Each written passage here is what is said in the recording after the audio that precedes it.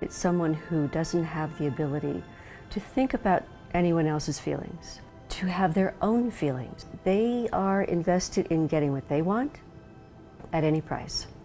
And oftentimes they do. They pretty much think through their life. It's very cognitive how they operate, very devious. When you're sitting with a sociopath, you're entertained by the story, totally engulfed in it, enamored by it, shocked by most of the details. And when they leave, it's as though you've just had an empty hour. There's nothing that stays behind. They can be much more creative than the rest of us. They have no limitations, no boundaries.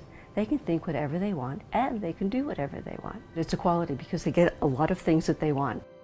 They are able to dissociate from what they feel.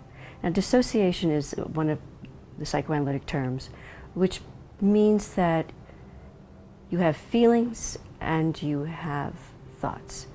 And what you feel and what you think have very little to do with each other.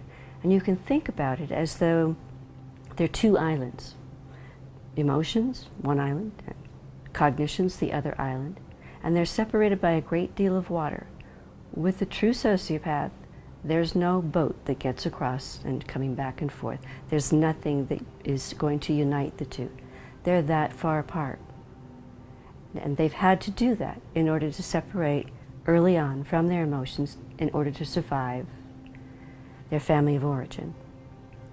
So when they grow up, they're lacking. They're lacking emotions. They know how to fake them, but they don't know how to feel them. They usually are extraordinarily distant from what they feel.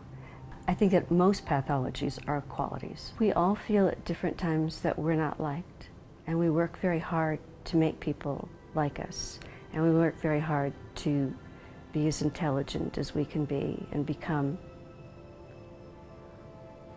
as much as we can become. They can live in a fantasy because they make up their own world, and their fantasy is their reality. For most of us, we don't really think that way. They take on their fantasy as though it's their entire world, where we can move from reality and fantasy, but we do know the difference between the two. We can't really be creative unless we have the ability to fantasize. So in a way, that gives a sociopath an edge. You have to admire that. You have to admire what they go through and then what they become. To be able to develop a defense against a chaotic family, you've got to have something inside of you that's more powerful than what the rest of us have. And they make it. They survive it. That's a strength.